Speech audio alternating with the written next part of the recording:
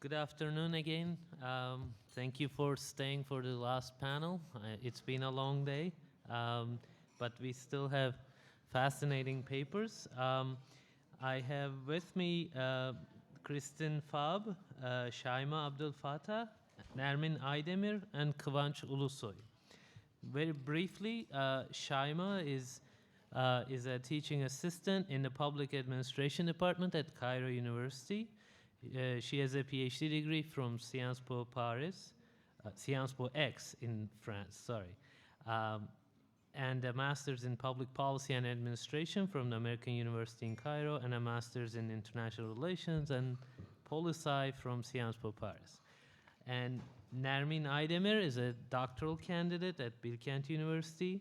She has undergraduate degree from Marmara University, and her master's degree is from Leiden University.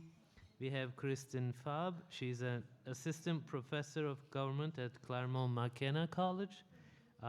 She teaches IR, comparative politics, religion and politics, and women entrepreneurs in the Middle East. And she has a forthcoming book, Disciples of the State, Varieties of Secularism in the Former Ottoman World.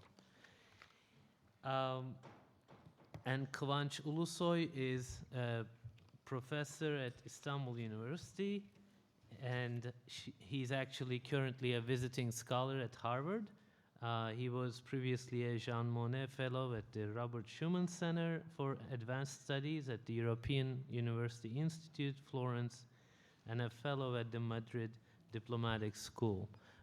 You can read the rest of the bios in the participant biography sheet in front of you. I don't want to take too much time, and I want to move on to presentations right away, and we'll start with Kristin according to the schedule. Thank you. Thank you very much, Kadir, and thanks for SETA for having me here today. It's a privilege. I've long been a fan of SETA's publications, so it's a real honor to be here. So my training is actually in comparative historical sociology and political science, and my book is a work of comparative historical sociology. So this is one of my first attempts to sort of dip into the field of foreign policy, and I thought there couldn't be a better venue than this one to do so. And what I'd like to talk about today, the paper that I wrote for today, is about Turkey's regional role in the balance of power in the greater Middle East. And scholars have long attributed geopolitical instability in the Middle East partially to the fact that no single power lays claim to the title of a regional hegemon. And indeed, recently aggressive bids or relatively aggressive bids for regional hegemony fueled by an already unstable environment have created a situation that I think is ripe for miscalculation and could potentially set the region back for quite a bit to come. So what I'd like to do today is to take a look at the four major contenders for regional power, Turkey, Iran, Saudi Arabia, and Israel, and see how their adjustments and reactions to ongoing crises will potentially shape the overall prospects for peace. And part of the impetus for this paper came from the fact that whereas people who I've talked to in Turkey tend to view Turkey as part of the solution to the regional problems, as I got more engaged in foreign policy debates, and I've been traveling to Berlin, Brussels, various places in the Middle East as part of an ongoing project with Friedrich Ebert Stiftung Foundation, many people from the Middle East actually seem to think that Turkey may be contributing to the problem. So I come to today's talk with the question of which is it, and how can Turkey best navigate relations with Saudi Arabia, Iran, and Israel to both preserve its own domestic stability and its domestic and foreign policy interests, and some sort of semblance of a regional order. So what I'd like to do in the talk today is, I'll just follow the outline of the way my paper progressed, but I want to talk quickly about Turkey's rise, the three factors that I think contributed to Turkey's rise over the course of the last decade. Then I want to turn to what I think are the turbulent realities that are really underpinning the regional order, or rather disorder, in the Middle East today. And I think that there are four factors that are particularly important. One is what I mentioned, the lack of a hegemon. The second is resultant politicization of identities over the course of the last several decades. The third factor, I think, is the ambiguous and meddlesome role of trans-state or transnational actors. I think they can inhibit diplomacy quite seriously. And then the fourth point is the emergence of numerous power vacuums sort of vortex-like power vacuums in the Middle East that have the potential to suck the four major powers into these power vacuums to compete for control. And then finally, I'd like to discuss very, very briefly, and then open it up to questions, the outlines of Turkish foreign policy strategy with respect to the three other major players, Israel, Iran, or Saudi Arabia, and Iran. So Turkey's rise, you all know, has been pretty astronomical over the course of the last decade, and I think it can be attributed primarily to three factors. First is the economic growth, the miraculous economic growth that has been spoken about on numerous occasions today. The second point is Turkey's genuine democratic deepening over the course of the last decade. And this has been a highly visible and regionally influential process. And the labors of EU ascension, despite all their setbacks and the ill-defined timelines, I think have created real progress in terms of democratization in Turkey, and I think that this is probably most evident in the normalization of civil-military relations. But generally, I think it created a mood which is fairly optimistic for the prospects of democracy in Turkey. The third reason I think that Turkey has come to play a more prominent role in regional politics has to do with visionary leaders. You really cannot think about Turkey's shift in its regional role without thinking about the leaders that made that possible, both Erdogan, Davutoglu, and more, with the zero problems with neighbors policy, which I think was, albeit somewhat naive, a fairly well-guided policy until those neighbors began to have problems themselves. So no problems with neighbors is great until you start to have neighbors with problems, and then you have problems yourself. And what's more, I think that Turkey is an economic powerhouse with democratic clout and a vision for the future. Turkey really has emerged as a model, so it's leading by example, and I think that that's one of Turkey's largest strengths. Unfortunately, Turkey's rise, or Turkey's star, has risen over a very troubled region. And partly, I think it's because the reason is so troubled that Turkey's ascent looks so impressive. But what is important, I think, is to broadly outline what those major problems are. The first problem is this lack of a hegemon, and this is not a new problem in the Middle East. In fact, the geostrategic structural imbalances that undermine overall stability have long dominated, I think, regional politics in the Middle East. David Fromkin's book, A Peace to End All Peace, or James Barr's new book, A Line in the Sand, these books document some of the deleterious effects of foreign meddling in the Middle East and show how the region has kind of been primed for border disputes, competitive power struggles, and how foreign intervention has really prevented any one regional power from gaining prominence. And over the course of the Cold War, I think there were many contenders. Egypt made a bid for regional hegemony, which was then squashed through overextension. Iraq and Iran both emerged as potential candidates as regional hegemons, only to fight it out between themselves and squander that opportunity. But in 2003, I think that it became very clear, especially with the fall of Saddam Hussein's regime in Iraq, that there really wasn't a viable option for a regional hegemon to emerge in the region. And although the US has made some half-hearted attempts to prop up various dictators, tired dictators, the Mubarak regime in Egypt, for example, these efforts have ultimately been in vain. And what we have now is a region that really does lack any one strong player to take the lead. And in this context of competition between regional players, the politicization of identities has become particularly salient. And I think that the politicization of identities is at the heart of three of the major axes of intractable conflict in the region today, and I think most people would agree. So the ongoing Arab-Israeli conflict, the ever-mounting hostility between a Shiite Iran and the region's Sunni powers and the international community on the other side, and then third and finally, the thorny Kurdish question, which is spanning several states. All of these conflicts, and none of them unfortunately show any signs of abating, all of these are conflicts that are rooted in the politicization of identity.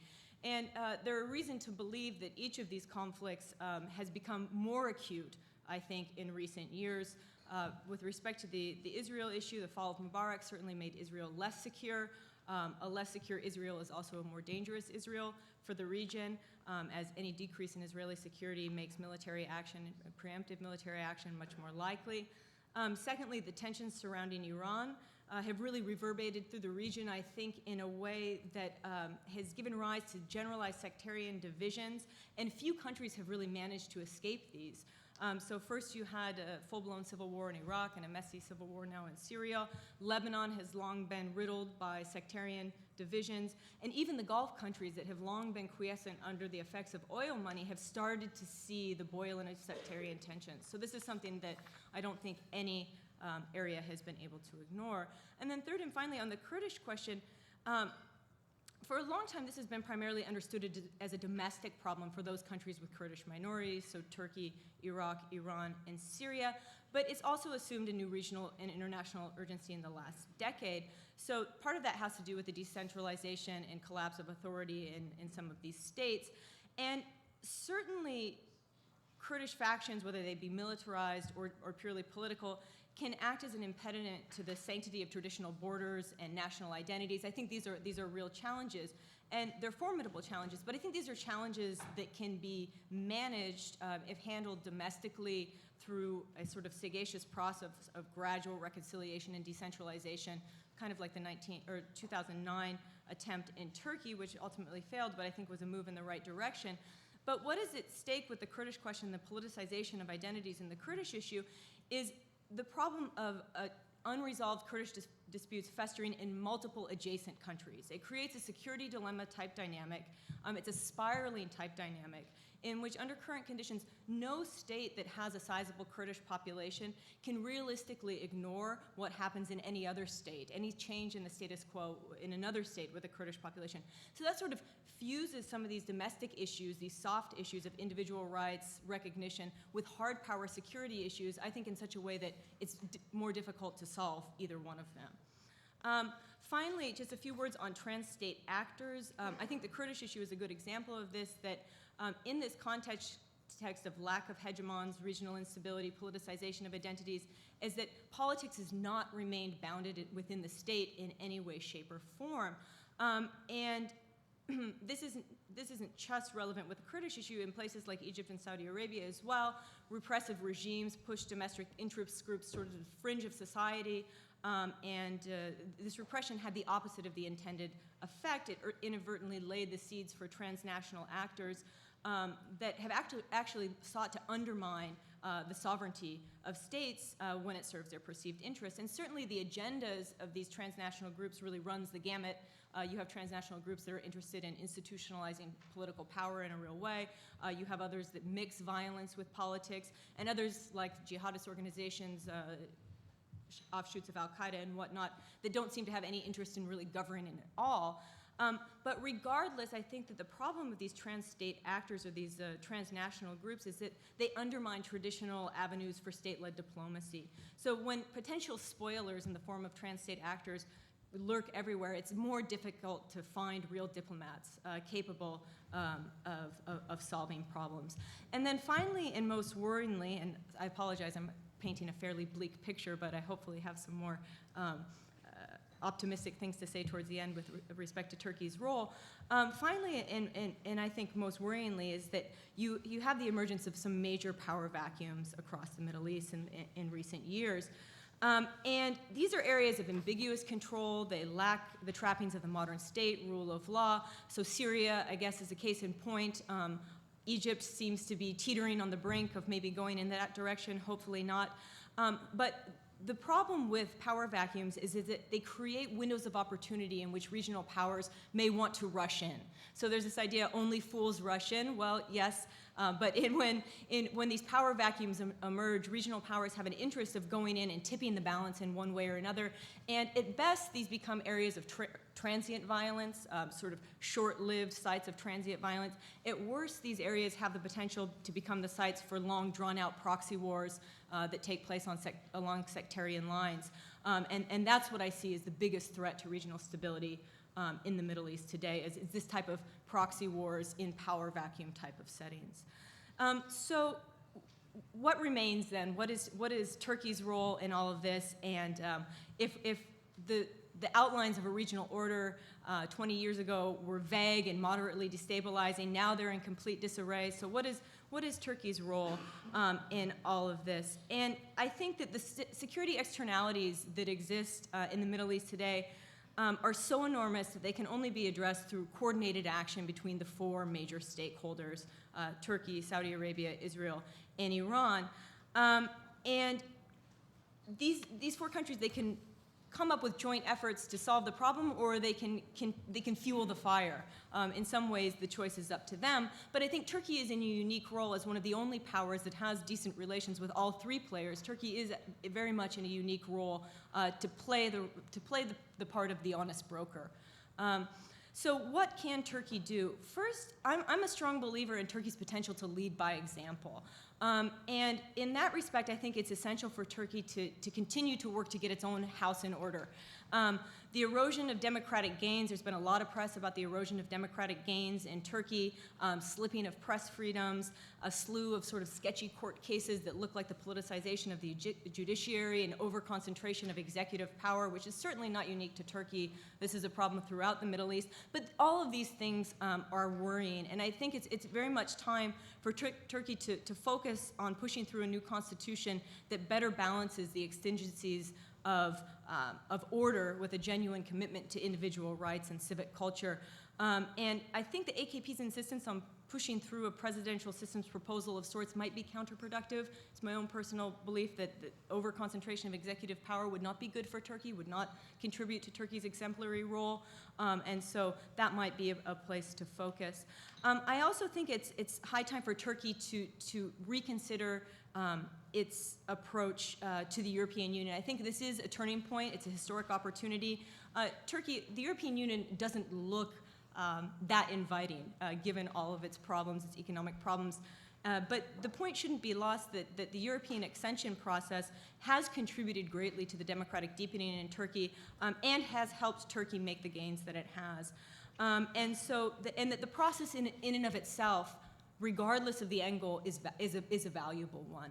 And so I think re-engaging in that process and reevaluating that process is important. And then also, finally, I think that the Kurdish issue is really the thorn in the side of Turkey. But Turkey, I've seen genuine efforts, and I was very impressed, honestly, with the attempts in 2009, the change in the way that the issue has been discussed. And I was personally very, very hopeful that something would have come out of the beginning of the Kurdish opening in 2009. Unfortunately, that has long since failed for a number of reasons, and I'm not sure that the current tactics of directly dealing with Öcalan and kind of trying to divide and conquer strategy with the PKK is the best way to go. What is needed is a lasting solution, and that means getting serious on Kurdish rights, getting serious on making all of the PKK, not just Öcalan, part of the solution. The PKK is the problem, but it also has to be part of the solution in that respect. Those are the points I wanted to make in terms of Turkey getting its own house in order so it can continue to lead by example. But what about with respect to the other three major regional players?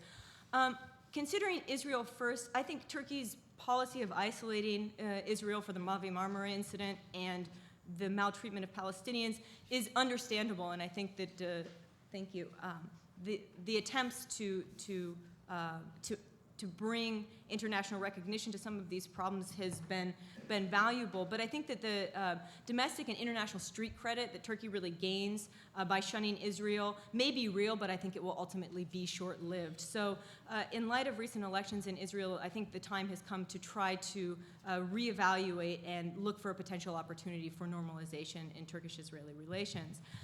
With respect to Saudi Arabia, I think Turkey is going to continue to walk a fine line between championing democracy in the region, and that's in short supply in the Gulf, and forging a strategic partnership. What I would recommend for Turkey in this respect is to remain vigilant, not to be drawn into some sort of larger sectarian Sunni politics, Saudi style, in places like Syria. I don't think that is in Turkey's best interest, and I don't think it's in the interest of overall regional stability. And finally, and I'll conclude with this as my time is up, on Iran, this is the major point of divergence between Turkey, Israel, and the Saudis.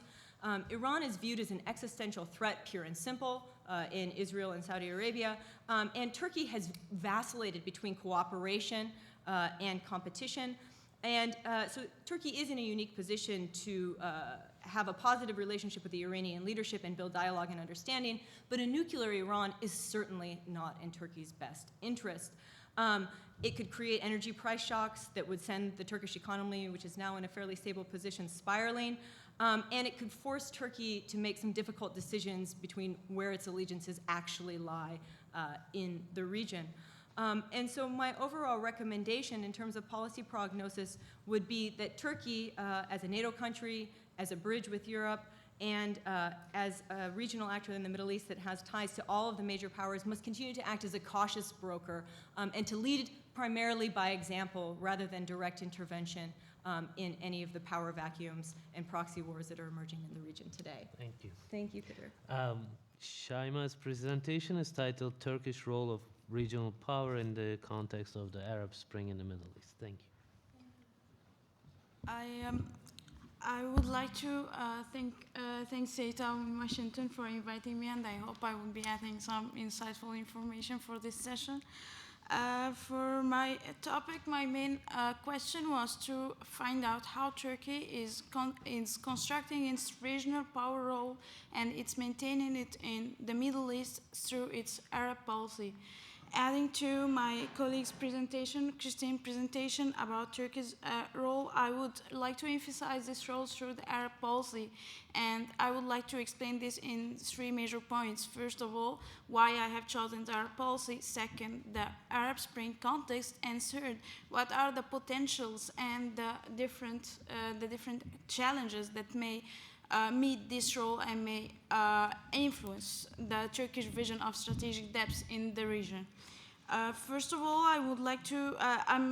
I relied on a conceptual framework that's constructed from regional power and the national role. I made this construction because I questioned the regional power conception as it was laid in the different theories, in different IR theories, because I was a little bit annoyed by the positivist methodology adopted in creating this concept, because it was deductionist and it wasn't really reflecting the different practices on the regional scene between different countries. So we find that regional power as a concept is mixed up with different other concepts like middle power, super-regional power, and many other like pivotal state and many other concepts. And by investigating the different literature that tackle the Turkish regional policy, especially in the Middle East, we see that there are different of this mixture is done while describing and analyzing the Turkish role in the Middle East. Sometimes it's tackled as a pivotal state, sometimes as a regional power, etc. So I wanted to take that concept and see it how it was conceived through the eye of the elite of. So how the national role, regional power as a national role is conceived by the new elite like the AKP. So what is the Turkish role in the Middle East since 2002 seems relevant to me through the Arab policy of Turkey. One, because the Arab policy displays a sort of continuity in the Turkish foreign policy from the independence of the Turkish independence war and the construction of the nation state till nowadays. There is a sort of continuity that allows us to determine the evolution of the Turkish foreign policy and how this diplomacy reveals a sort of a new Turkey rather than a new foreign policy. On the other side, we can see that the psychological aspect for me was interesting in my field work in Turkey as part of my PhD thesis I have done in Turkey and in Cairo. And I found out that the psychological aspect, the psychological gap especially, it was a very interesting aspect in investigating this topic and how it's changed, especially with the AKP and with also the context of the Arab Spring and how it will reveal many opportunities and many challenges also for Turkey in the Middle East as a regional power. So for the Turkish foreign policy, Turkish Arab policy as a continuity, we can remark that the Arab policy of Turkey was was present in the Turkish diplomacy since the nation state, and it was one of the major axes that reflected its interest in the region and how it was described within bandwagoning and autonomy from the US, and how it's formulated this policy according to its interest in the region and in relationship with the United States and with the West, and how this evolution is really interesting in understanding how the AKP in 2002 tried to make this continuity as more fruitful for Turkey by establishing institutions for these relations and making these relations more based on institutionalized interests rather than some interests that are based on the relationship with the West or being dependent on Turkish interests with the United States or with European Union. And we can see this that these institutions are emphasized by the high institution of strategic relations with different Arab countries and with different other states in the regions. And we can see also that Turkey started to reveal a different regional power role that is not only based on materialistic aspects as described in different II theories, but is developed a normative practice of this role based on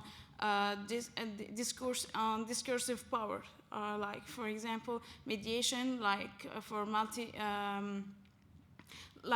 its multidimensional diplomacy that is multilateral, and it's setting order in the region and trying to resolve conflicts between the different actors. And for also the psychological gap that I wanted to tackle for the Arab policy of Turkey with the arrival of the AKP, that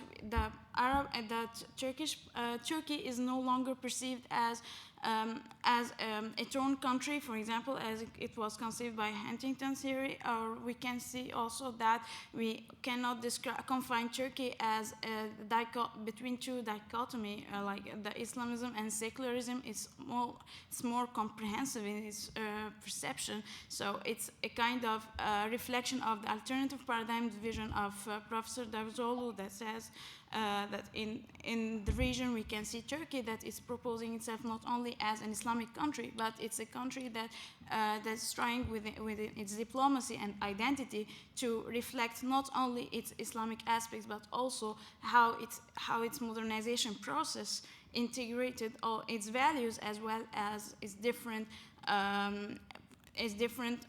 trials and process of modernization and development throughout the old decades. So it's a sort of a cohabitation between two aspects: the Western values as well as its Islamic identity, as it was it's conceived in its identity.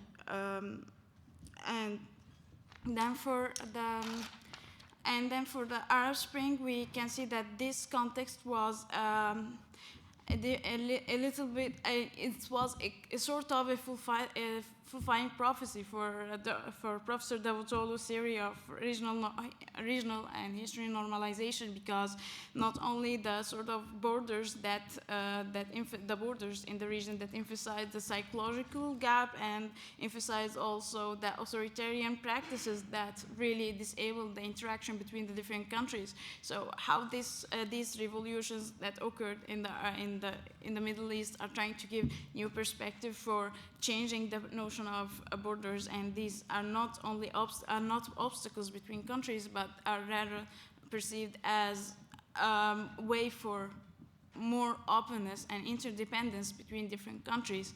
And starting from economic interdependence is the best way to describe how Turkey perceives this interdependence as a solution for different problems, especially economic one.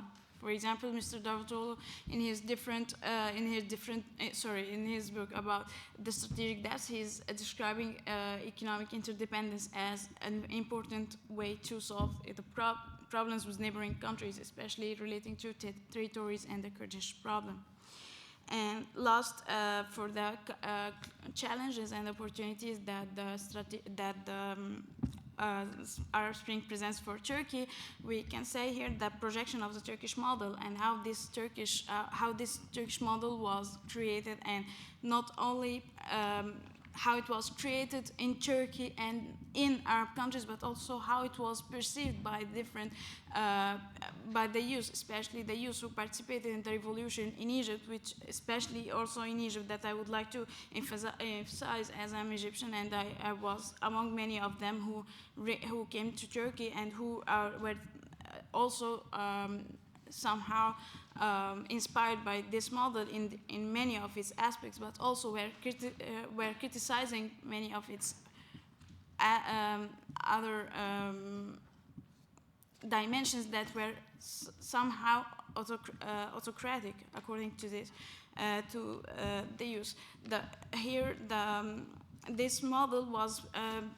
For Egypt, for example, it was preliminary based on a public diplomacy that created sort of connections between Turkey and the public in Egypt, with students and with different with students, with academicians, and with different organizations, especially NGOs, through humanitarian cooperation, and how this created that image with Egyptians in order to transcend the obstacles for the obstacles created by the authoritarian regime of Mubarak that obstructed the interaction between Turkey and Egypt, and it was all the relationships were only limited to economic interactions. So here the public diplomacy was an interesting aspect in developing relations that were more and more that increased and were developed more and more after the demise of Mubarak regime.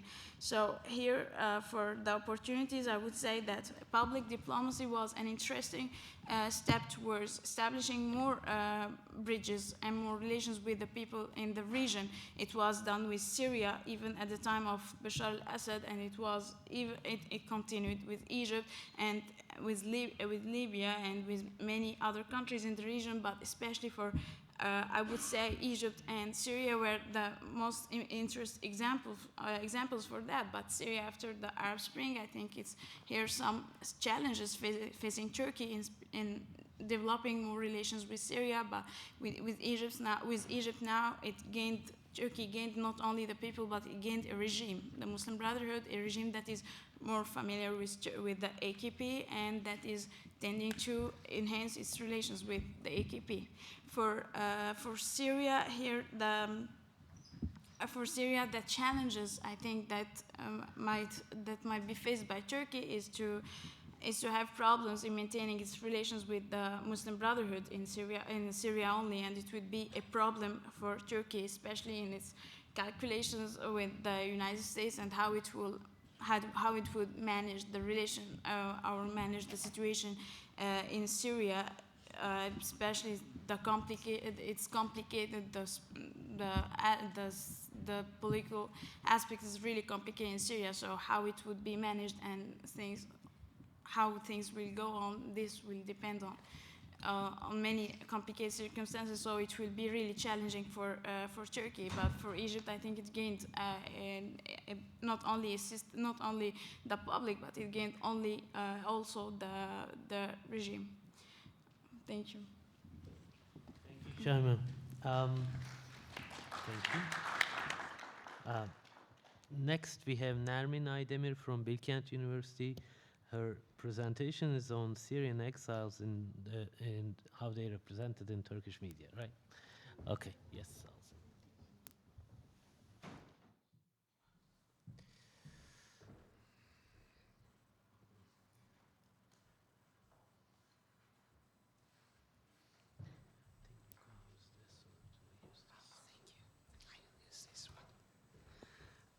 Well, Good afternoon, ladies and gentlemen. I would like to begin by thanking the SETA Foundation for bringing us here. I feel really like being honored and privileged to be a part of this program. Thank you. Here my aim is to focus on more on these people coming to Turkey, fleeing into Turkey from Syria, and more on their presentation, on their representation in the media. I won't go into detail why media is why media is important in shaping public opinion, but I would like to remind you that what we know about the real world is largely shaped to a very considerable extent shaped by the media, which is also true for the Turkish public opinion's perspective on the Syrian exiles, on these people coming from Syria. So the media, depending on the side of the elephant it stands, can bring a very positive or can help building a very positive approach on the issue by focusing more on the tragedies these people encounter, by focusing on what they experience in Syria on their way to Turkey or in the camps, in the refugee camps in Turkey. Or the media can focus on the services provided them and can take a welcoming approach.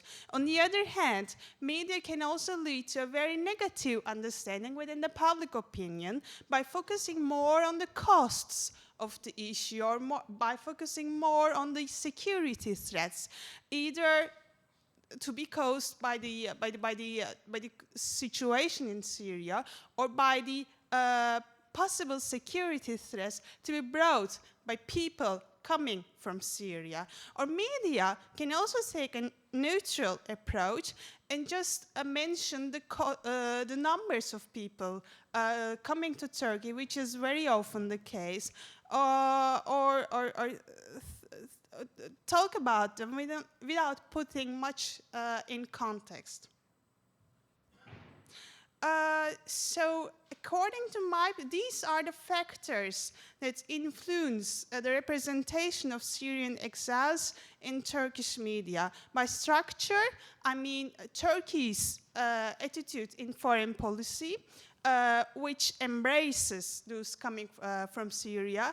Juncture, which are the critical junctures, which are the those events changing the pattern of representation of these people coming from Syria, which appeared to be, very surprisingly, Angelina Jolie's arrival to Turkey, the controversy around the Aydemir camp, and the passing the thresholds of 100,000 Syrians. There was this psychological threshold of 100,000 of Syrian people. By the way, I would like to remind you the increasing number of Syrian people coming to Turkey every passing day. When I sent my paper to Kadir Bey 15 days ago, the number was 150,000. When I sent this PowerPoint presentation, it was 160,000. And when I checked the last number this morning, it was 170,000. So just to give you a fact to compare the situation, during my master's study in the Netherlands, there was a huge debate going on in the country when the officials decided to give this resident permit or asylum status to these people seeking asylums in the Netherlands, and the number was 27,000. So Turkey does not give that refugee status due to the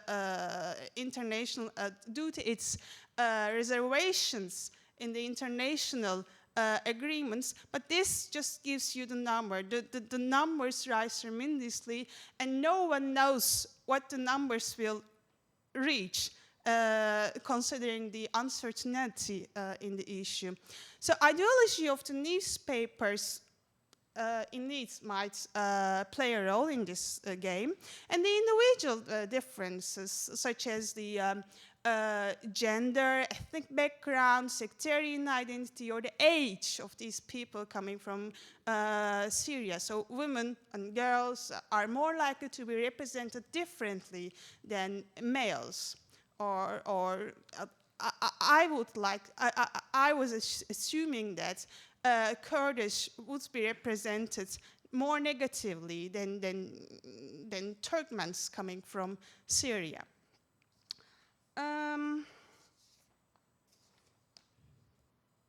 The data, I have conducted a qualitative content analysis on the manifestly on the data that I gathered through entering two keywords in 5 must-read newspapers in Turkey, which are Hürriyet, Posta, Sabah, Sözcü, and Zaman. So I used 2 keywords, exile, which stands for sığınmacı, and refugee, which stands for mülteci. As I said, actually Turkey is not bound to give this refugee status according to its reservations in the international agreements, but still the media uses the word refugee quite often, even more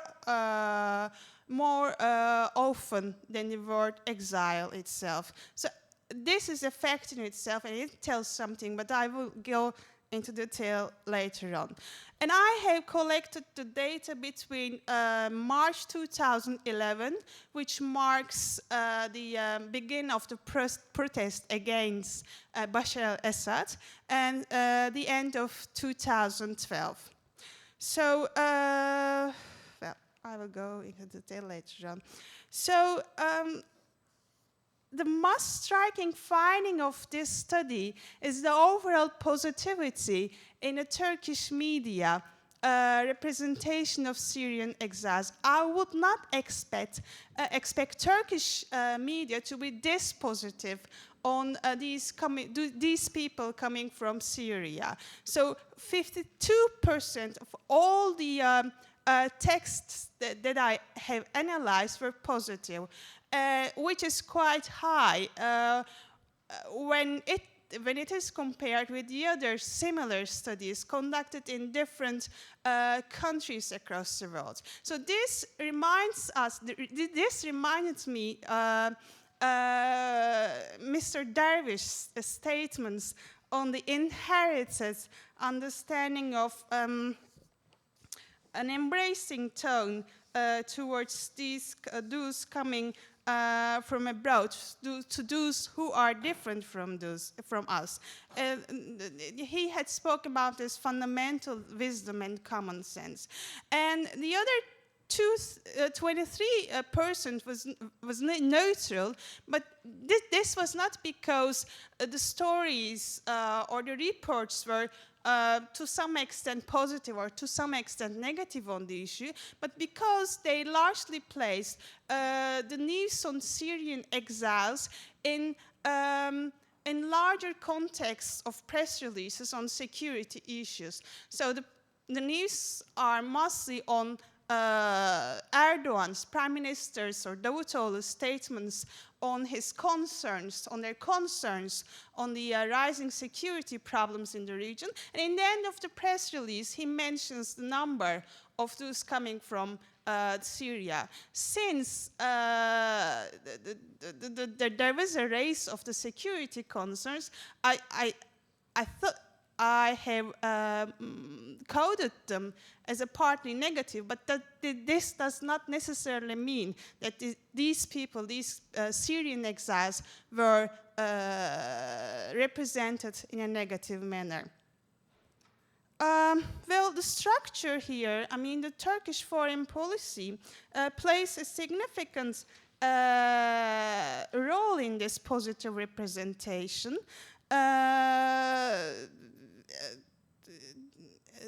And many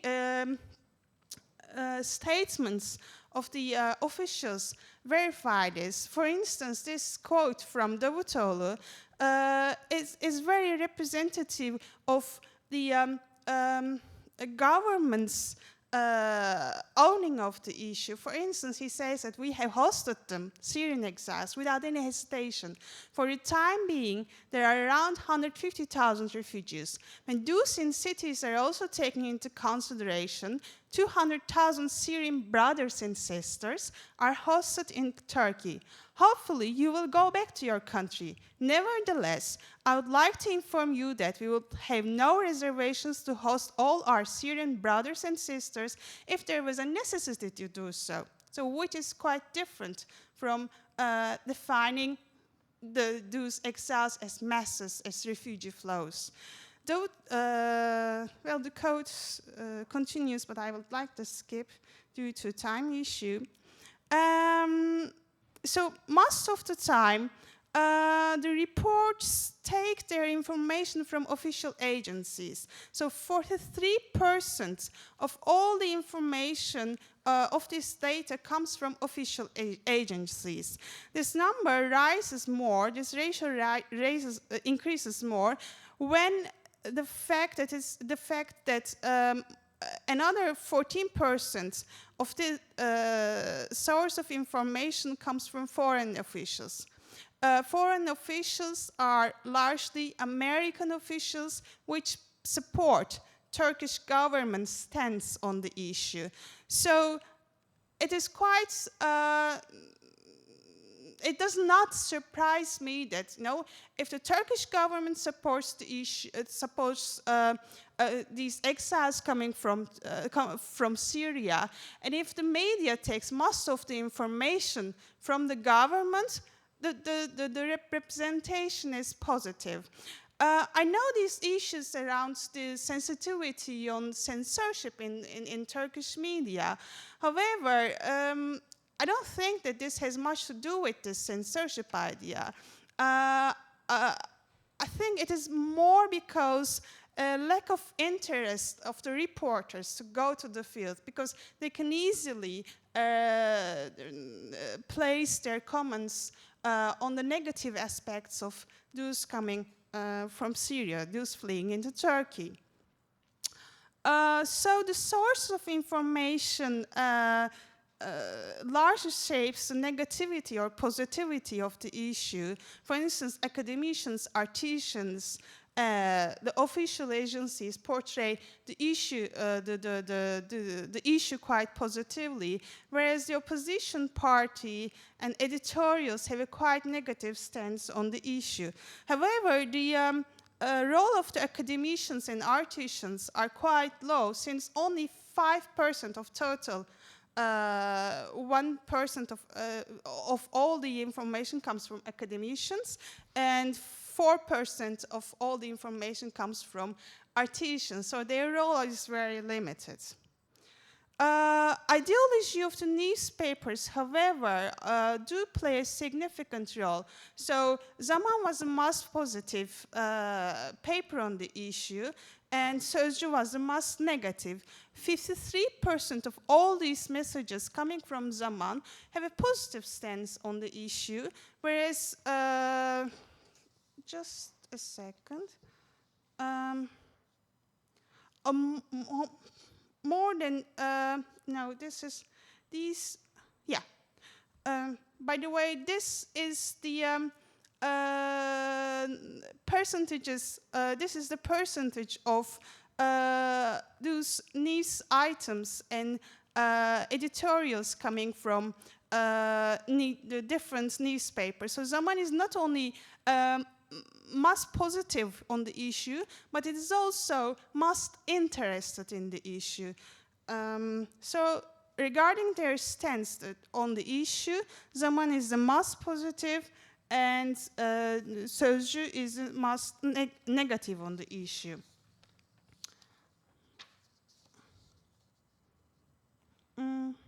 Just a moment. Yeah. 60%, 62% of all these news items coming from Zaman were positive, and 60% of all these news coming from Sözcü were negative. So critical junctures again play a significant role.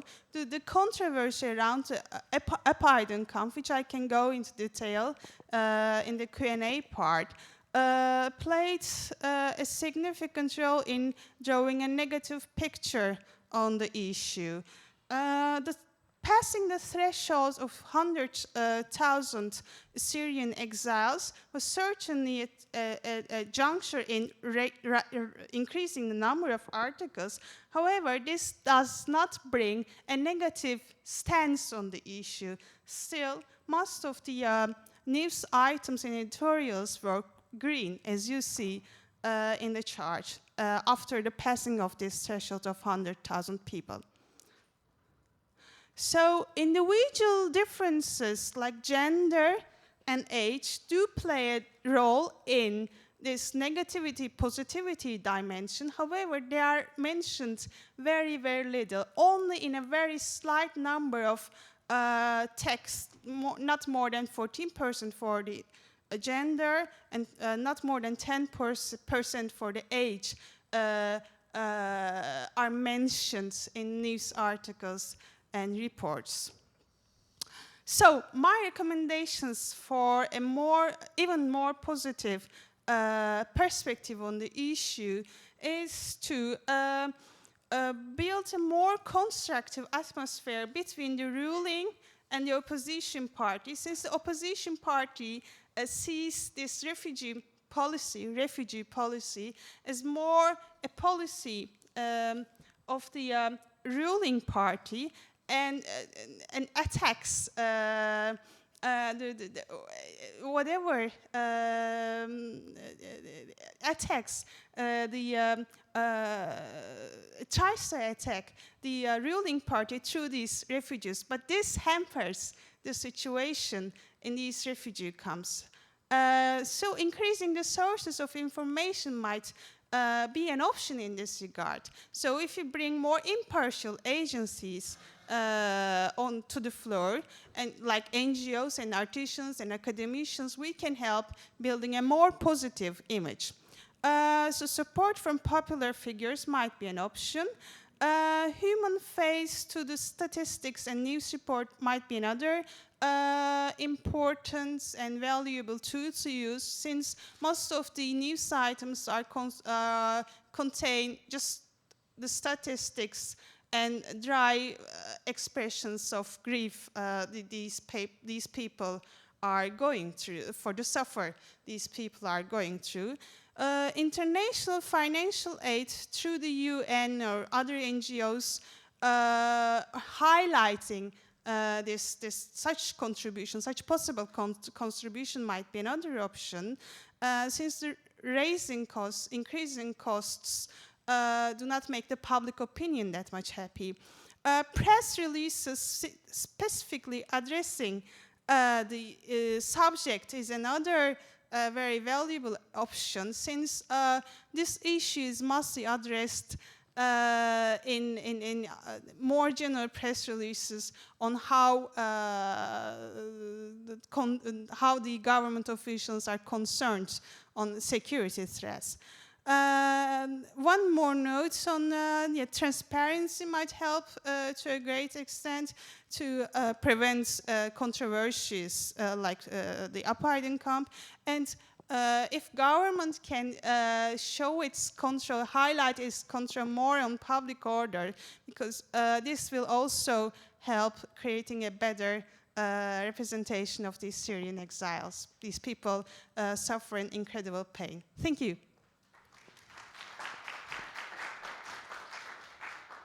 Kivanc? Thank you. Thank you very much. First of all, thank you very much to SETA for this invitation. I feel proud of being here, and I'm honored to be a discussant of these 3 excellent papers. Thank you very much. And I was very happy in terms of, this particular concentration of Turkey's foreign policy on the problems of Middle East, and also how Turkey readjust both its domestic politics and foreign policy in the context of sizable changes in the Middle East. So the three papers deals with this complicated issue and deals in a way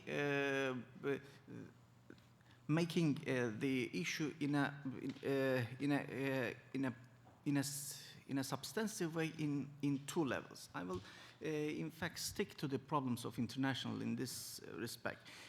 First of all, three papers put and works in terms of an inherent linkage between domestic politics and international relations. So when I look at closely all of them, they have their main driving point is to look at a kind of to look at the international relations in that regional context in a comprehensive way. This is the first common point that ties all these three papers. In particular, Christina's paper, for instance, Kristin's paper, for instance, looks at how Turkey's foreign policy interacts with the regional dynamics, both the state-level dynamics and also transnational dynamics. When I look at Shaimaa's paper, it's a very interesting paper, how Turkey's foreign policy receives reactions from region. So that's that in a way shapes how from now on, from this stage on, how Turkey has to reformulate its foreign policy. It's a very interesting feedback in terms of Turkey's foreign policy that has been followed, that has been conducted over the past, let's say, few years. And Nermin's paper is also an interesting case. It shows how, let's say, an international issue crystallizes in Turkey's domestic politics. I mean, you see in the paper the reactions from the opposition party is completely different from the governing party, Justice and Development Party, and how in this context, we need a kind of, let's say, as you mentioned, a more constructive approach because the domestic debates comes to a kind of very very disturbing and damaging level, not also in terms of Turkey's foreign image, but also in terms of, Turkey's domestic population, and hurts the refugees, which are who are in a way in a very desperate situation there. So you advise the opposition party to be more sensitive about these issues, and this is an interesting point that I think is good to underline in your paper. However, my comments will go on. Do I have time? Yeah. In a way, critical to three papers, because I don't see in any of them a kind of systemic analysis. First of all, why in this particular region, for instance, Kristin, you mentioned Iran, Saudi Arabia, Turkey. Why they suddenly turned to be more proactive, more, interactive, and also why this competition turned to be so stiff nowadays? So we need an answer of this. Shall I give just a brief clue? I think it's because of the withdrawal of the greater powers. Neither the United States nor the European Union want to involve with that. So that power vacuum is, not in your sense that leads to transnational damaging power, but also in terms of the systemic power vacuum there. This is, I think, should be really underlined. And this is true for your papers too, because in the case of Shaimaa's paper, for instance, a very interesting paper, looks at the issue from a kind of conceptual perspective, criticizes these concepts like pivotal state, regional power, and she's right to criticize it because so many times those concepts are used in out of context. then you suddenly get confused. What are they referring to? So you try to contextualize it, but the theoretical section is too long, and it is not it doesn't look at the matter from a distant perspective, from a systemic perspective. Why there is a concept or an actor, state actor, which we call regional power or a pivotal state. Where does this emerge? There must be something occurring in the systemic level which changes the interactions. And another term that, for instance, Kristin mentions, and you all mentioned, all these transnational actors. In many cases, they are, sabotaging the state system. So, are we still? Where are we now? Are we still moving in a state system, or did we move out of that system? So this is something seriously need to be disturbed. So that the states turn to react and probably control these transnationalization process in a way. But one last point should be reminded. I should say this, for instance, this concept of revolution. You mentioned, and some of you mentioned also revolution. When this concept of revolution came to international relations theory and the area, it was because of the Iranian revolution, particularly in the region. We should underline what kind of revolution we are now facing. At that time, most of you know very well, there was a revolution in one state. That state wanted to export its revolution through conspiracies in the other state. Now we are facing with a kind of bottom-up, again a systemic challenge, a genuine revolution probably this time. So we need a kind of clarification of what are we talking about now. Just I will stop here. Thank you very much. Thank you, Kristin. Yeah, sure. Kivanc, thanks for those comments. Very helpful. Let me just talk to 2 points. So first, I completely agree with this idea that my paper in some way I think gives short shift to the sense that these power vacuums are not just a byproduct of lack of a hegemon, but also a byproduct of the fact that major global powers have really sort of backed off from the region or pulled out of the region in some respects. But I also think that part of the reason that power competition between the 4 regional actors has become so much more heightened is the fact that the U.S. track record in the region is just so poor. U.S. attempts, I would really call it an experiment in Iraq, failed fairly miserably. Anti-Americanism is rampant, and for good reason. And so I think that there's a genuine interest by civilians or people living in the Middle East to not just shun U.S. influence. It's not just about shunning U.S. influence, but to look for local solutions to local problems. But the paper can certainly do more to show how the U.S. and the Obama administration has done its part to re-engage. But again, the track record is just so bad. Propping up a dictator in Egypt for decades and whatnot just really has done, I think, a great deal of damage to U.S. Image in the region. And with respect to the European Union, I've been engaged in this series of conferences which is about the European role in the Arab Spring. And what struck me is about my engagement in those conferences is how little Europe really does want to engage directly with the Arab Spring, and how very interested they are in doing so via Turkey. So Europe is really can turn the other cheek towards Turkey, especially the French and whatnot, when it comes to Turkish accession to the European Union.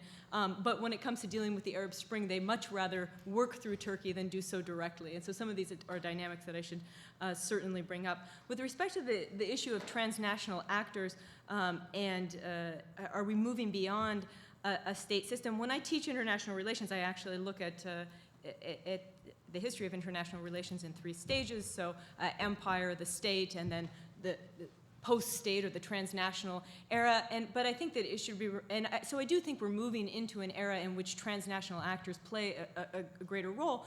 But that said, transnational actors need not be negative. Transnational corporations can be transnational actors, and economic development and interaction and trade has had a quite positive impact on the region. And so although I do think we're moving into an area in which transnational actors are playing a greater role, it need not be a negative role. And so hopefully my paper didn't overstate that point too greatly. Thanks. Shaimaa? Thanks a lot for your comment, Professor Ulusoy. I would like to highlight that the questioning of the concept of regional power came essentially from a more systemic perspective. I mean that the vacuum of power, to take back the word of my colleague Kristin, I would say that the vacuum of power in the Middle East is essentially related to the systemic level order.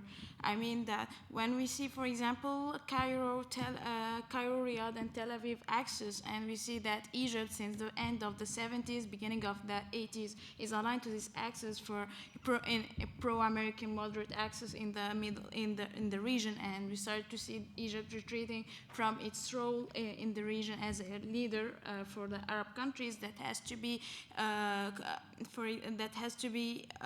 consulted by its neighbors, like it happened in the 80s and 60s. Before taking any stances towards any regional issue and common issue, we can see that here there is a vacuum of power, at least in the Arab world, when we are tackling the Arab policy. But from the other side, when I'm tackling the regional power as a constructive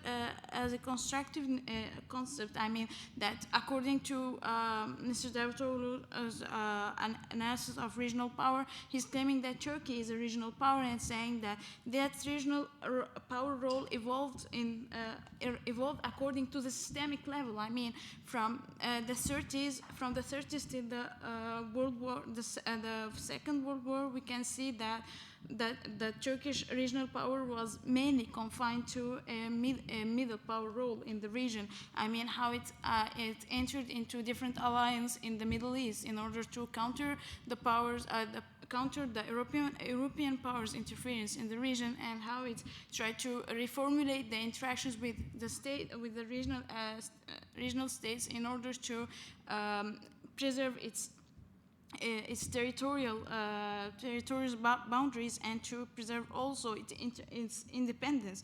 And from during the Cold War era, it's a pivotal state, more tending, its regional role was tending more towards a pivotal state one, towards the United States and towards its Western allies. And then since 2002, that role, the regional power role, is a mixture between the middle power and the pivotal state one, where Turkey tries to make a sort of balance between its own interest with its neighborhoods and also with its Western allies. So it's a kind of a compromise between both of them. So any sort of adaptation in the Middle East, and in any countries, in any country in the Middle East, is a sort of response and adaptation to the systemic level. On the other hand, when I'm tackling the transnational actors, I tackled it as a sort of a new aspect in the Turkish foreign policy, and in how it deals with its regional neighbors. I mean, when it's, for example, dealing with Egypt or with Syria or with Iraq, with even Gaza in Palestine, we have to see that there are some humanitarian organizations that are working in different countries with different actors who are not state actors even, and trying to maintain sort of a relationship that is transcending the official level, and it's really wider. Taking a wider and more influencing effect than the official level. And for revolutions in, I may not have understood your remark on the revolution, but I would say that from the perspective I tackled it, I would say it's a sort of transformational perspective of IR on the regional level. I mean, how the Arab countries, when they made these revolutions, for Egypt, for example, and Tunisia, they were really critical towards their leadership due to their foreign relations too, to many systemic actors, especially the United States or the European actors. So here it's a sort of contestation of this policy and how they're trying to make a sort of, not a reform, but a transformation, a sort of transformation of this type of relationship, and how we have to reformulate it in a better way for the own sake of the country or the interest of the country. Thank you. Thank you, Nermin. Thank you, Dr. Ulusoy, for your wonderful comments. Your comments reminds me my discussion with my supervisor before coming here. Actually, I have written a lot about media representation of migrants in Western European countries, in addition to my studies on Turkish politics, and this is the first time I am studying the migrant representation within Turkish media. And there are no many studies, such studies on Turkish media, although Turkey is becoming a migrant country every passing day. In this regard, Kemal Dervish's statements also enlightens me a lot, because he also said that Turkey is an immigrant country, actually, and to my point of view, the Turkish country is becoming more, the Turkish population is becoming more and more an immigrant population. Not only because of these legal migrants coming from all around the world, but because of these refugees coming from different countries within the region, and due to the uncertainty within the region, due to Turkey's increasing prosperity and increasing active role. So putting this in a more systematic manner, in a context, is actually one of my plans to do. Thank you for your wonderful comments in this regard. I will try to study more, and in this paper I will try to improve my paper more by focusing on these aspects as well. Thank you. If you don't, is there anybody with questions? Because I'm ready to abuse my power of moderator to ask a couple questions. But please feel free, please.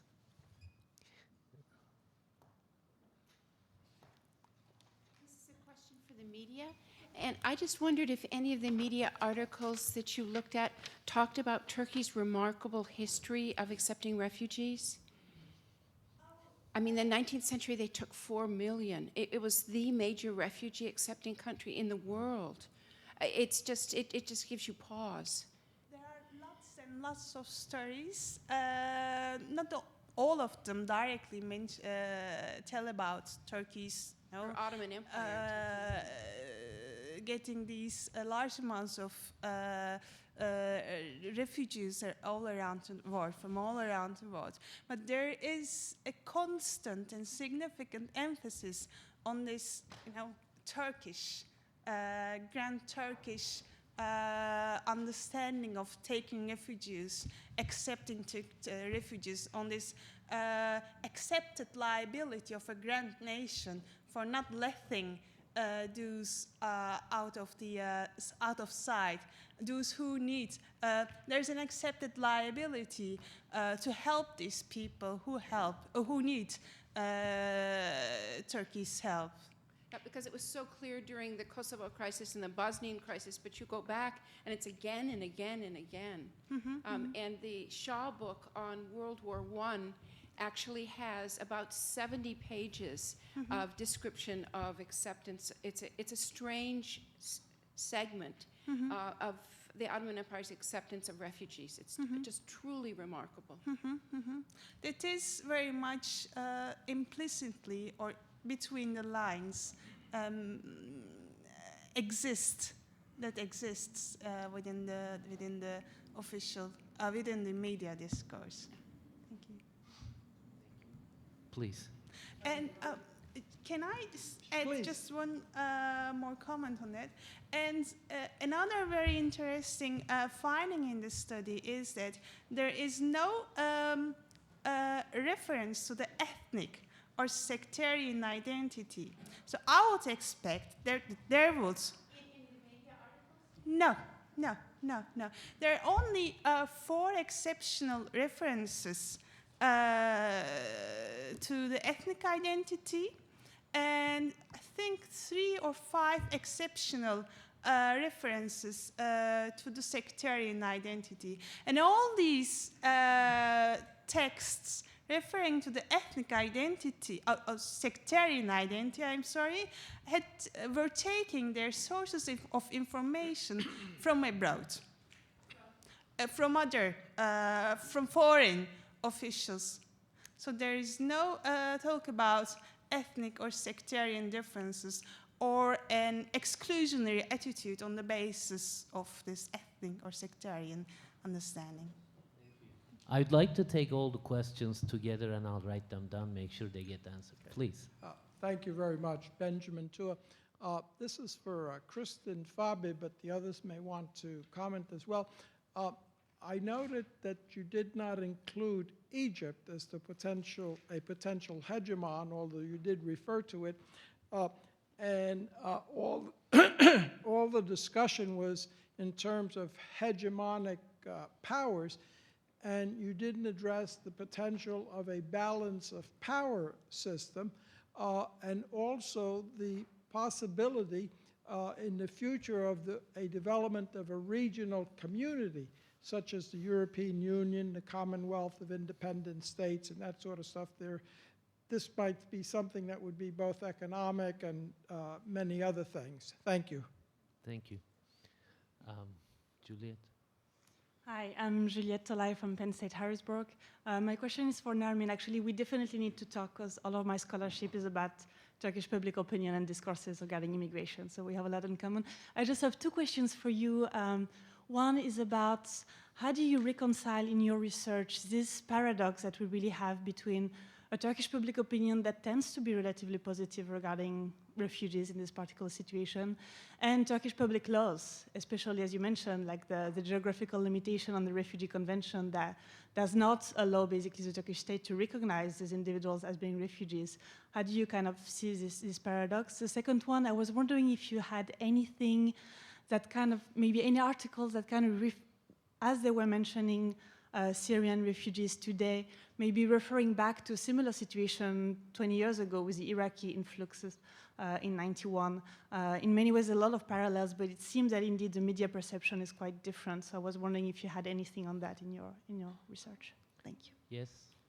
Okay, thank you. My question is for Kristin, actually. In your presentation, you touched upon the 0 problems with neighbors, and you said you have positive attitudes towards the program of the foreign ministry, and you think it was the neighbors themselves who were kind of hindering this process.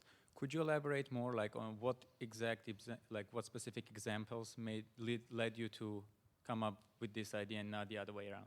Thanks. Yes. Kanat Gasparian, SSUS. I have a question for Kristin. I was wondering, how do you think the Syrian uprising will affect the relationship between Iran and Turkey and their context? Yes. Thank you.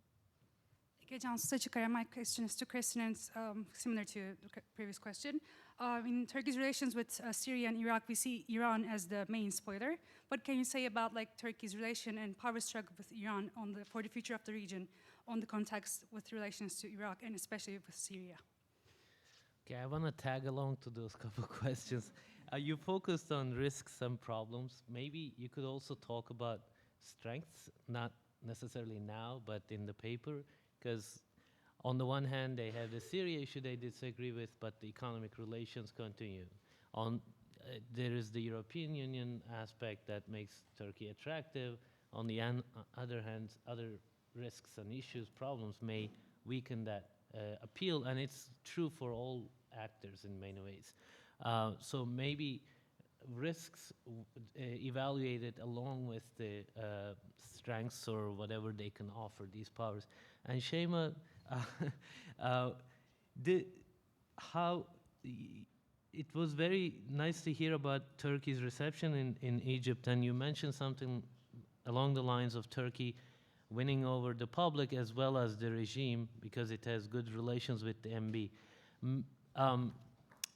How would you sort of how would you respond to those who would say, well, MB is not really governing or ruling just yet? They're still somewhat outsiders to the regime. Do you know what I mean? There are many who would argue that, you know, MB is not quite in power, so Turkey may be playing for the wrong, you know, actor there. And then the other thing is, in DC, there's a lot of discussion about Egypt, and some would say, well, the US did not lose the absolutes in Egypt. There's still the Camp David Accord. We have security cooperation going. We have all our interests covered. We didn't really lose much, as opposed to people, some actually ourselves argue that this is a different region with different actors and etc.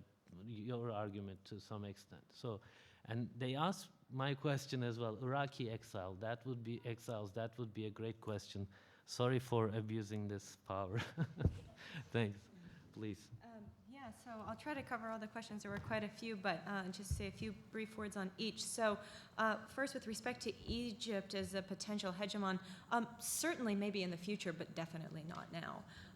I think that the rules of the game aren't even clear in Egypt, or what the rules of the political game in Egypt are going to be are not clear. The recent attempts to call a state of emergency. And also I think just structural economic and demographic problems that are going to hold Egypt back for a while. So in the long term, if you want to think about it in terms of investment in stocks, I would say, you know, I would be long on Egypt, right? In the long term, yes, but in the short term, no. With respect to the balance of power, I think you're right that the paper doesn't think about the balance of power. I think I should think about this a little bit more carefully, and maybe one point of departure might be some of John Mearsheimer's thinking on the issue. And the way I see the balance of power now is in terms of unbalanced multipolarity, which is the most, Mearsheimer would say, is the most dangerous type of balance of power for a regional system. And what do I mean by unbalanced multipolarity? That's that all of the major regional powers, they have different strengths and weaknesses. So for instance, Israel with its nuclear capability, Iran with a crushed economy, potential nuclear capability, Turkey with a thriving economy, a relatively strong military, Saudi Arabia with a lot of oil money, but none of the powers are directly balancing each other. And so I would call it unbalanced multipolarity, which I think is particularly dangerous. With respect to the zero problems with neighbors and where did versus neighbors with problems, maybe that's not the right way to, it is neighbors with problems, but I do think that many of the problems are the transient problems of overthrowing dictatorial and autocratic regimes. And so it's not that, that these problems are, I don't want to label these problems with the normative connotation of them being negative. It's actually quite positive transitional processes that are happening, I think, in some of these places. But transitions are in and of themselves problematic. And so although I don't think Turkey necessarily contributed to the uprisings, but those uprisings cause problems that Turkey does have to deal with. And I'll stop there for the time being. Oh, I did want to make one point, though, with respect to the idea of, I talked a lot about risks and problems and not about the potential positive areas. So for instance, with the relationship between Turkey and Iran, I think the economic connection there is really has quite a bit of potential. Frankly, I think that the international community's attempts to sort of squash Iran under the pressure of international sanctions, I think that's very counterproductive. I think that breeds the type of reactionary politics that we'd like to avoid. And so any Turkish attempts to kind of sidestep that sanctioning process and engage with Iran on an economic level, I see personally as positive. Thank you. Shaimaa? Yeah, for Turkey's relations with the MBs, I would say no, Turkey doesn't have only relations with the MBs, but what Turkey did from after the revolution is started to develop relationships with the different political actors in Egypt. But afterwards, and it was really cautious not to develop or not to adopt any negative discourse against the military, and it was really precautious against this, and it tried to have good relationships with the military, entertain a sort of dialogue with the military council. However, for Turkey, after the arrival of Morsi to power, here Turkey tried to address the MBs as official, or the party of the MBs as official party of the official party into power. But I would say that not all the MBs not all the MBs members do perceive Turkey as the same way. For example, we can say that we have the pragmatic members or the more politically oriented members who agreed that the Muslim Brotherhood would create a political party. They are the ones who are pragmatic and would see Turkey as an example, and they are more glad to maintain relationships with Turkey. And that we can see it with the press conferences where Morsi made some declarations some declarations in parallel to Turkey about Syria and somehow against Iran implicitly. But there are other members in the MBs who are really not against Turkey, but they don't want to approach politics from this pragmatic way, and they are more dogmatic and in preserving their own stances, the old stances, anti-American stance and anti-Israeli one. So they're not ready to make any kind of concessions for politics, like adopting a less rigid autocratic or religious regime, or to adopt a secularly oriented regime, to have to accept the Camp David Treaty and all these things. For the U.S. Relations with Egypt, I don't think that the U.S.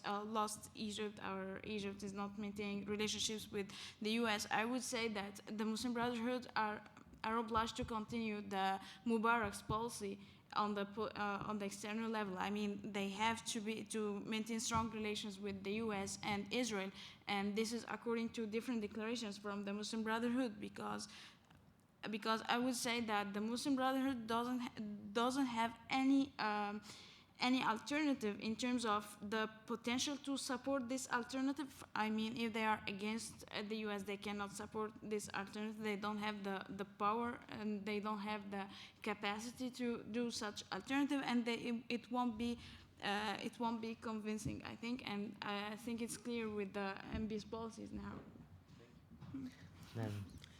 So actually, there is no much reference to the Iraqi people who had flown to Turkey in 1990s, as there were not much reference to these Bosnians, to these people coming from all around the world in the beginning of the century, or these people coming from Bulgaria. Most of the time, the news reports and columns are about what the government officials say. Most of the articles are based on press releases of government people. As I said, the news people do not appear to be very much interested in giving time and effort on the issue. However, those limited number of articles mentioning or referring to the Iraqi people in the 1990s, the stance is mostly negative. So columnists, especially columnists, say that, you know, we have hosted blah, blah, blah, thousands of Iraqis in that time, and now we are hosting Syrians, and we don't know how many more will come. And you know, we have our own people, and we need to allocate our money to our own people rather than spending it on foreigners.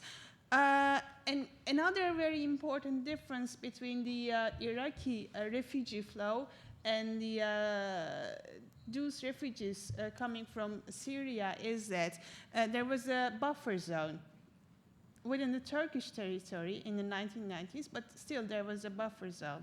And these Syrian exiles stay in the camps within the Turkish territory.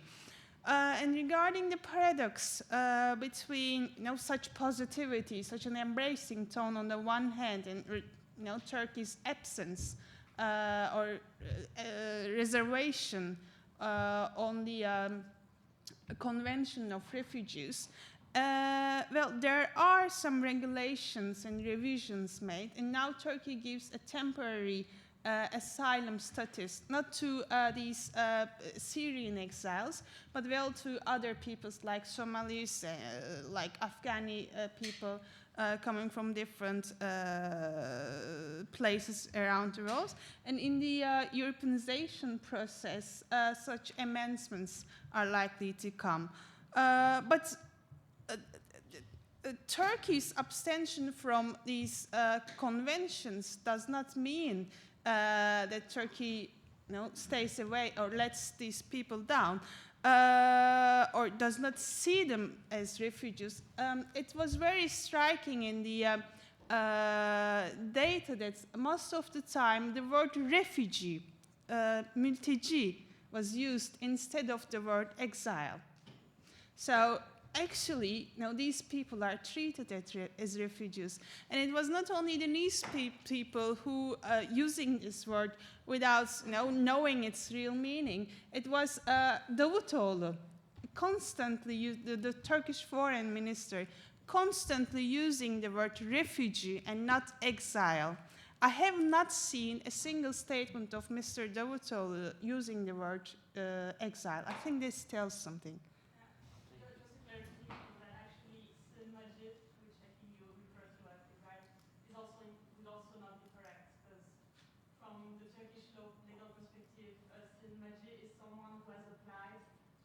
Yeah, yeah. So they would also not apply to the term of signature. But I think in the common term, people just say mülteci, not from a legal perspective, just from a kind of social perspective. Right. Thank you. Thank you. Dr. Ulusoy, can you wrap it up for us? It was a very interesting discussion, and thank you very much for the responses. But I didn't make in my comments a kind of policy prescription, although you mentioned in the beginning that this is a theory and practice conference at the same time. So I think one question should be answered. What role for the U.S.? What role for the U.S. in the Middle East? In the Middle East of highly transnationalized movement and floating balances, floating alliances, etc. So until now, American foreign policy was a kind of delegating role to the regional players, or letting them to balance or, let's say, to provide a regional order. And my sense after all this panel is that we are going to face a kind of not less American involvement, but more and more American involvement in the coming years. This is particularly because of the regional players tend to see all this balancing game as a kind of zero-sum game, and Turkey, regional balancers like Turkey, tend to be regarded as a kind of latecomer. So coming to the game from outside, they are not very much prepared to such kind of radical game change, I think. So just my humble observation is that the American foreign policy tend to be more and more involving with the region in the coming term. Well, thank you very much. I'll now just give a couple minutes to Kilic Kanat for his concluding remarks for the entire day. So thank you very much for your patience. Thank you very much for coming today and engaging in intellectually actually stimulating discussion in this conference. And just to summarize today's panels, I think the first panel was particularly important to show us that the transformation that Turkey is experiencing started actually earlier, right? The clock started to tick actually in the 1980s when the what we can call counter-intellectuals started to appear in Turkish public sphere, started to express themselves, and find some significant venues to express and carry out these observations and share them with policymakers. And second important thing in this panel was to have a presenter on Republican People's Party. If you look at the current literature on Turkish politics, you will see that it is predominantly AK Party, and it is usually a shortcut and easy job for the academics and the researchers to focus on the success or failure of the political party in government, I mean. But it is more difficult and challenging to see the opposition and why the opposition is not successful and why it has some problems. I think it was extremely important to have a presenter on Republican People's Party in the conference. In the keynote address, I don't want to summarize Mr. Kemal Dervish.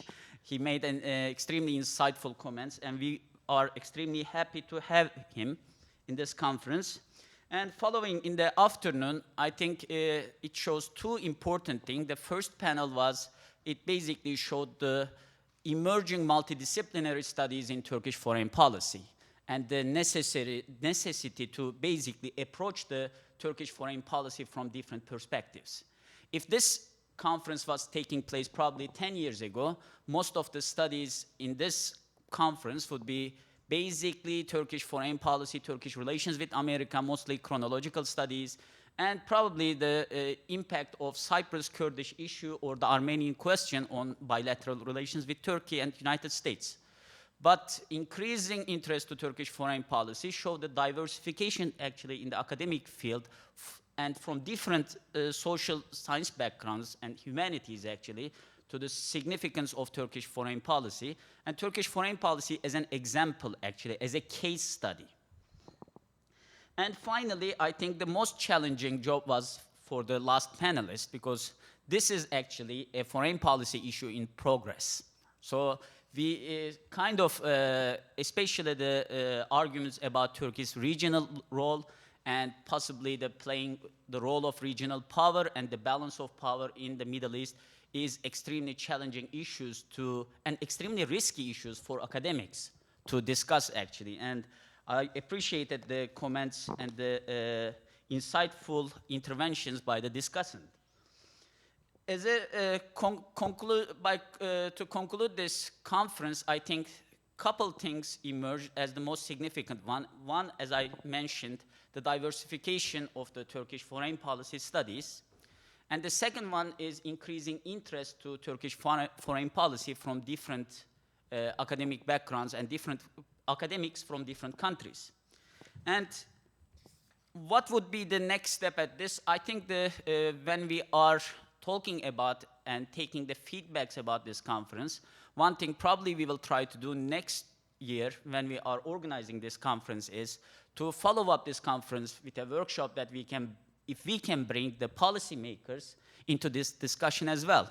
And what would be their reactions actually for the observation and the research results of the academics. And another thing I think very significant for the academics and young scholars to focus on is what would be the possible contribution of the studies on Turkey to the greater comparative politics or international relations as a discipline. Most of the studies that we see today, they are an important improvement in terms of integrating Turkish studies to the political science, but still we are mostly at the stage of application of the theoretical perspectives to the Turkish case. We still didn't focus on, still probably, this is a cumulative enterprise of course, we still didn't have to focus on what would Turkish case actually contribute to the social science, right? Democratic transformation, civil-military relations, foreign policy transformation, what Turkey's case, the specific case of Turkey can add to these emerging literatures in these different fields. And finally, I want to thank again for you, and I hope we can see you again in different events and different organizations that SETA organized. And I want to thank particularly to the panelists who came from different countries, and probably they will be leaving soon, so I will, I'm probably especially the participants who are still here listening us, I want to thank them for staying for a whole day here, spending one day in Washington, D.C. for this conference. and hope they have a safe journey to home. Thank you very much for coming again.